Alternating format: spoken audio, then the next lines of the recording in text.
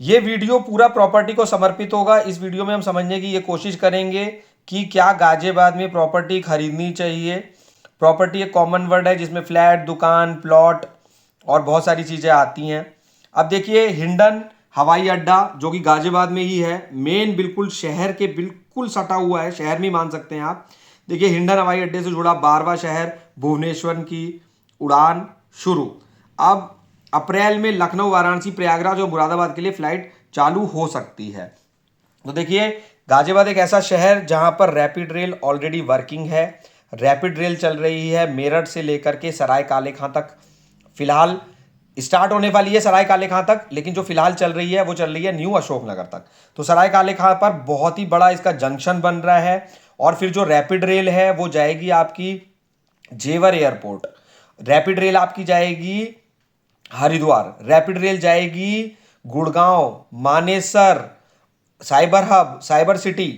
तो अब जो, अगर आप गाजियाबाद में ही क्यों प्लॉट खरीदें, देखिए, प्लॉट गाजियाबाद में खरीदने का इसलिए आपको फायदा रह सकता है। देखिए, ये मेरा व्यू है, आपका अलग हो सकता है। Channel is not responsible for any profit और लॉस। आप कहीं भी इन्वेस्ट करें, आप प्रॉपर्टी होल्ड करें या सेल करें, जनरली क्या होता है कि जैसे कि अब आप गाजियाबाद में क्यों लोगों का रुझान बढ़ रहा है, दिल्ली वाले भी गाजियाबाद में प्रॉपर्टी खरीदना चाहते हैं। क्यों खरीदना चाहते हैं कि देखिए, यहां पर हम पढ़ सकते हैं आसपास के जिलों से भी आ रहे हैं लोग। अभी तक क्या था कि लोगों को दिल्ली जाना पड़ता था, इंदिरा गांधी इंटरनेशनल एयरपोर्ट जाना पड़ता था, उससे बहुत ज्यादा टाइम लगता था। लेकिन अब हम पढ़ सकते हैं इंडियन से हवाई सफर के लिए गाजियाबाद नहीं बल्कि आसपास के जिलों के लोग भी आ रहे हैं। इसमें गौतम बुद्ध नगर, गुरुग्राम, फरीदाबाद, मेरठ शामिल है।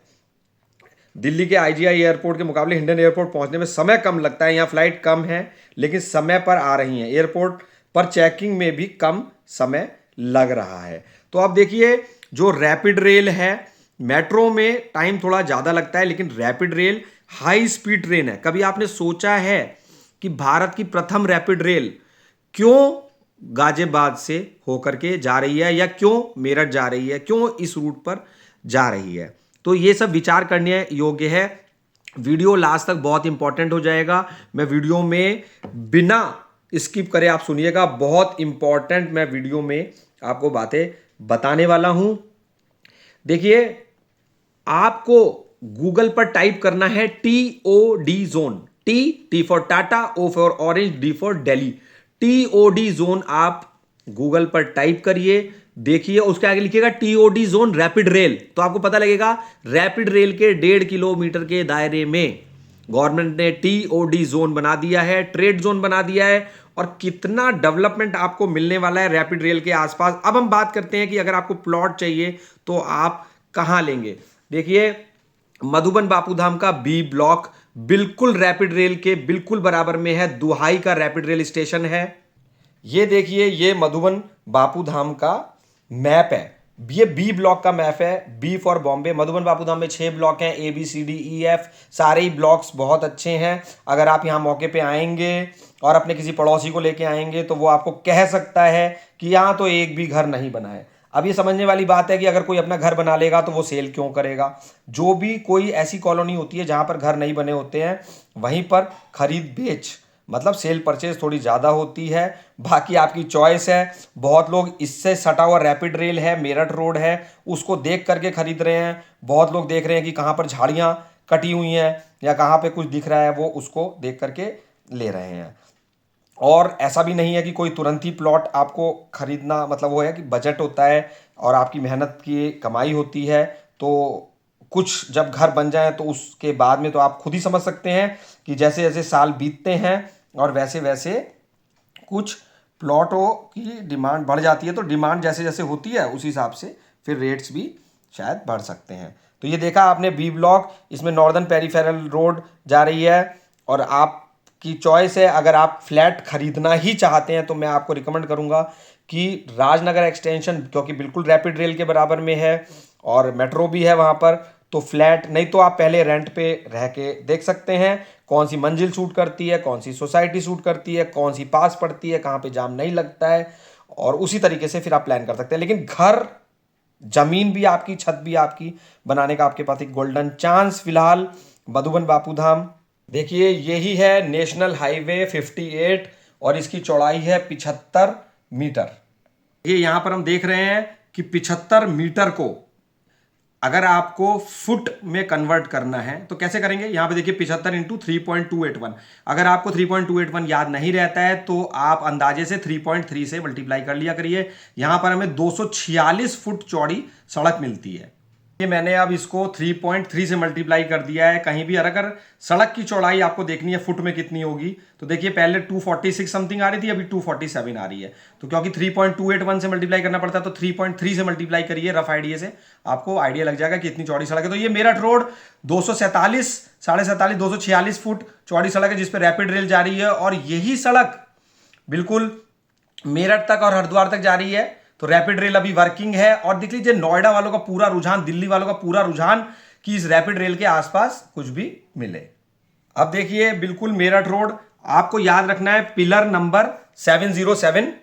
देखिए यही 707 मैंने यहां पे लिख दिया है, आपको याद रखना है पिलर नंबर 707। 707 के सामने से मधुबन बापू धाम के रेलवे फाटक से आपको आना है। अभी फिलहाल देख रहे हैं आप ये नॉर्दर्न पेरिफेरल रोड, यहां पर देख रहे हैं आप इंडस्ट्रियल प्लॉट्स। तो इसी इंडस्ट्रियल प्लॉट्स में यहाँ पर बहुत सारी फैक्ट्रीज लगभग बन गई हैं और यहाँ पर देखिए ये नॉर्दर्न पेरिफेरल रोड पे ही फ्लाईओवर बन रहा है, बहुत तेजी से काम चल रहा है फ्लाईओवर का। रेलवे बीच में देखिए ये जो लाइन देख रहे हैं आप, ये रेलवे लाइन है। यहाँ पर रेलवे की तरफ से काम पूरा होने की उम्मीद है, जैसे कि माने तो जल्दी से जल्दी काम पूरा होने वाला है क्योंकि इस पे लोहे का वो स्पैन डालते हैं और बाकी जो है ब्रिज कॉर्पोरेशन की तरफ से काम पूरा होगा। तो ये जो नॉर्दर्न पेरिफेरल रोड आप देख रहे हैं इसकी 45 मीटर की चौड़ाई है और जो फ्लाईओवर है वो हमारा 21 मीटर चौड़ा है। दोनों तरफ हमारे को सर्विस रोड दी गई है 12-12 मीटर चौड़ी। तो देखिए ये जो बी ब्लॉक आप देख रहे हैं, बी ब्लॉक बहुत सुंदर, सारे ब्लॉक बहुत सुंदर। यहां पर देखिए यहां पर आपको सर्विस रोड दी गई है, ये ग्रीन बेल्ट है। यहां पर हमको मिलते हैं ये 40 स्क्वायर मीटर के प्लॉट, ये शॉपिंग सेंटर का प्लॉट है। ये देखा आपने, जैसे ही आप रेलवे लाइन पार करेंगे तो ये बी ब्लॉक हो गया, ये ए ब्लॉक हो गया ए, और ये ग्रुप हाउसिंग है। ये जीडीए की तरफ से ग्रुप हाउसिंग बोली में आई हुई है। ये गोल चक्कर है, इस गोल चक्कर के चारों तरफ कमर्शियल प्लॉट है। देखिए कितने बड़े बड़े कमर्शियल हैं। अगर आप इसका साइज देखेंगे तो करीबन ये 46,000 स्क्वायर मीटर का कमर्शियल है। इसके सामने हमें मिलते हैं सी ब्लॉक। ये सारे प्लॉट एमएलएज को अलॉट किए गए थे, जो कि विधायक होते हैं, उनको विधायकों वाले प्लॉट है। 300 स्क्वायर मीटर के 298 प्लॉट है। याद रखने के लिए 300 मीटर के 300 ही प्लॉट है, ना कोई प्लॉट छोटा होता है ना कोई बड़ा होता है। कॉर्नर का थोड़ा सा बड़ा छोटा हो सकता है। और ये देखिए ग्रुप हाउसिंग है, इसमें भी लोग रह रहे हैं। इसके जस्ट सामने बड़े बड़े कॉमर्शियल हैं। तो आपका जितना भी बजट हो 40, 60, 90, क्या क्या साइज मिलते हैं हम समझ लेते हैं। 40 square metre, 60 square metre, 90 square metre, 120 square metre, 150 square metre, 200 square metre, फिर 300 स्क्वायर मीटर, उसके बाद में 450 स्क्वायर मीटर। 450 स्क्वायर मीटर के प्लॉट हमें मिलते हैं सिर्फ डी ब्लॉक में, डी फॉर दिल्ली ब्लॉक में मिलते हैं। अगर आपका बजट कम है तो आप 40 पे जा सकते हैं, वो आपकी चॉइस है, किसी पे भी जा सकते हैं। अभी यहां पर क्या है, एक बहुत बड़ा कंफ्यूजन होता है कि स्क्वायर मीटर और गज में। देखिए जैसे ये 40 स्क्वायर मीटर का प्लॉट हुआ है, इसे मल्टीप्लाई करिए कैलकुलेटर से 1.1976, यानी कि माने तो 47.9